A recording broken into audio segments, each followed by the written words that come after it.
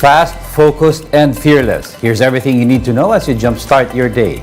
I'm Diego Castro. Negros Oriental Representative Arnie Teves seeks a 2-month leave of absence in Congress. House Speaker Martin Romualdez confirmed receiving the letter of request from the congressman. Teves, who is currently in the United States, cited, quote, a very grave threat to his life and his family. The Solon is now being implicated in the murder of Governor Roel Degamo, but has since denied any involvement. Teves is also facing charges in relation to 3 separate killings in 2019.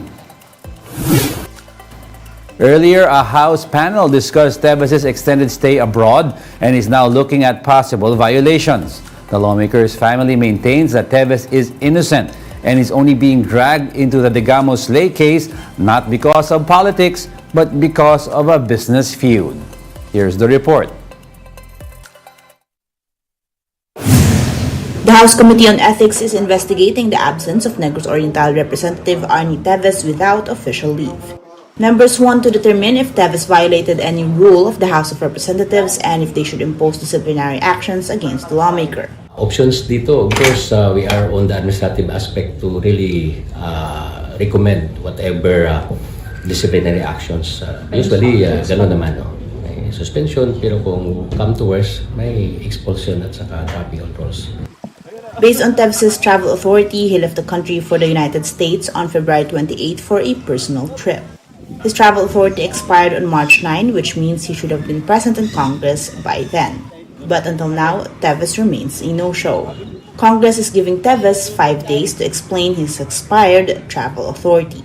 Teves' absence, meanwhile, comes on the back of his being tagged in the killing of Negros Oriental Governor Roel Degamo and 8 others. Teves' lawyer says his client is fearing for his safety. The Teves family believes that accusations against the congressman rooted from a business feud and not politics. Teves is allegedly linked to gambling operations in Negros Oriental. I don't think it's political because politically wala nang motive eh. But when it's business, on the business side, and just political, it's money-wise. The family refused to drop names but said that a supposed gambling lord from Luzon wants to enter the Negros Oriental market. The Teves family suspects that the Degamo slay is only being used by Teves' rivals. The PNP Special Investigation Task Group says they will look into this angle in their investigation. Sa start at yan, consider of course. Sabi na nga, everything was considered at the start. Pero as the investigation unfolds, it narrowed down to such political rivalry, personal grudge. Meanwhile, President Marcos has instructed the Justice Department to create a special panel of prosecutors that will focus on the Degamo case. Justice Secretary Boying Remulla says they will look into over 20 cases of killing in Negros Oriental where a pattern of impunity is observed. Remulla says they already have a list of persons of interest. No special instructions, but of course the cases are there. That's an instruction of the President to make sure that a panel that's skilled at this level is already there to evaluate the cases so that no stones will be left unturned. Arian Kalumbiran, we are One News. In other news, the Justice Department indicts 7 members of the Tau Gamma Phi fraternity for the alleged death by hazing of John Matthew Salilig. State prosecutors found probable cause to charge 7 Tau Gamma Phi fraternity members from Adamson University for violating the anti-hazing law of 2018. These are Earl Romero, Tung Cheng Teng Jr., Jerome Ochoco Balot, Sandro Victorino, Michael Ricalde, Mark Munoz Pedrosa, and Daniel Perry. The DOJ will also file 2 separate criminal information against the suspects for violation of the Act prohibiting violent initiation rights. We'll be back with more stories after the break. Keep it here on One News.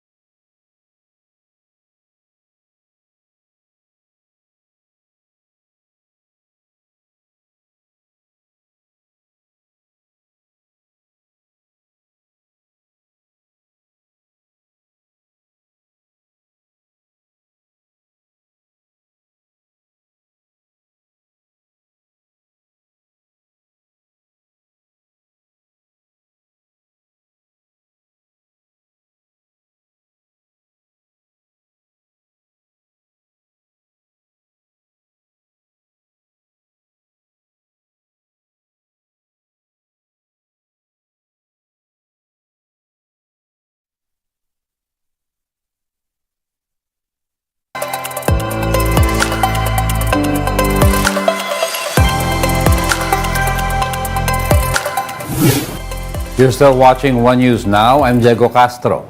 The Coast Guard is on standby over at the Verde Island Passage, where the oil slick is expected to arrive any moment now due to the weakening amihan. In Puerto Galera, locals who are still recovering from the effects of the pandemic are now fearing for their livelihoods as the oil spill also threatens to reach their shores. Mon Gualvez with the story. The famous White Beach, water sports activities, and diving sites. These are just some of the claims to fame of Puerto Galera in Oriental Mindoro that tourists, both local or foreign, look forward to in their visits. But all of these are in danger of being shut down temporarily if predictions turn out true that the oil spill from empty Princess Empress would reach their shores when the northeast monsoon weakens. Livelihood of the people here in Puerto Galera is around 93% dependent on tourism. So if the oil spill reaches their shores, it's highly likely that they will go back to that lockdown scenario during the height of the COVID-19 pandemic. One of them is Ethan, who previously worked on water sports activities before it was forced to a halt by COVID-19. Napakahirap mamuhay, sir, na walang ikakabuhay. At ayoko na pong maranasan po ulit iyon. The beach resort Ethan now works for is almost fully booked for the Holy Week. But now, they're worried of what might happen if the oil spill spreads to their waters. Nag-worry po kami. Baka mag-back out yung iba naming guest. According to the Tourism Office of the Puerto Galera LGU, some guests have already canceled bookings and reservations even if the oil spill has yet to reach their shores. An even bigger problem awaits marine protected areas and other natural resources that have been preserved for more than 50 years. Magkakaroon tayo ng setback niyan kasi it will take a very long time to recover. In response to the looming problem, the LGU has asked for bark and husks of coconuts from barangays. These were thrown into the mill and turned into fillers in nets they've soon to serve as improvised spill booms. But however hard they prepare, the local government admits they really won't be able to cope once the oil slick already reaches their shores. It's more than epekto ng COVID. Masyadong mahaba yung ng long term talaga yung effect ng oil spill kasi madami kaming mangrove area dito, puro beaches kami. At the moment, the Philippine Coast Guard is continuously conducting containment procedures not just only in Oriental Mindoro but in other areas affected by the oil spill. They report that the oil slick has already been cleaned in some of the areas as far as Palawan. Yung sa Palawan, clean na wala na Sa Antique, halos wala na rin. Sa Semirara, nakolekta na rin lahat.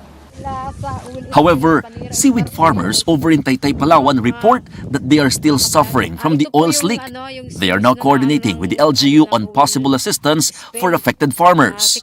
Meanwhile, the PCG Southern Tagalog District is also on standby at the Verde Island Passage where the oil is predicted to arrive. As the winds change po, the direction of the flow will also change. And that's when the Verde Island Passage should be the most vulnerable. The remote-operated vessel or REV contracted from Japan is slated to arrive March 20. But equipment that should help contain the leaking oil is expected to arrive much later. For News 5, Mon Gualvez, we are One News. 2 years since his retirement, Manny Pacquiao may soon be making a return to the boxing ring. The 44-year-old boxing legend is reportedly in talks to make a comeback by way of a welterweight fight against British star Conor Benn in June. That's according to MP Promotions President Sean Gibbons. It would mark Pacquiao's first fight since he lost a unanimous decision to Yordenis Ugas in August 2021. During that time, Pacquiao decided to focus on politics, running for president, but ultimately losing in the 2022 polls. Pacquiao also recently boxed in a charity match last December against South Korean YouTuber DKU.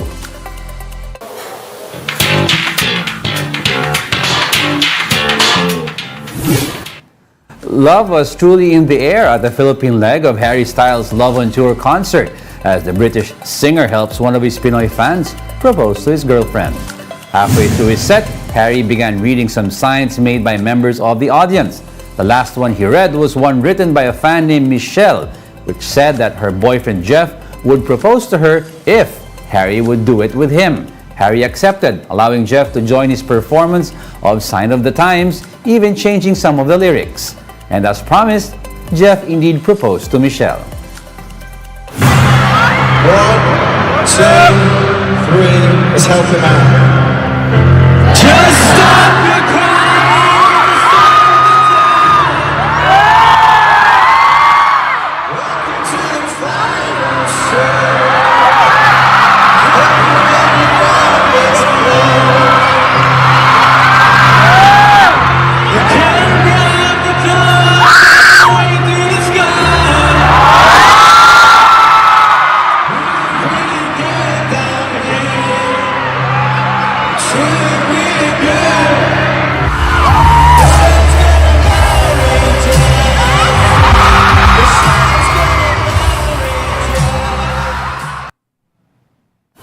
And that's it for this hour. Join us again at 7:45 a.m. as we continue to monitor the day's biggest stories. I'm Diego Castro. We are One News, all sides, all the time.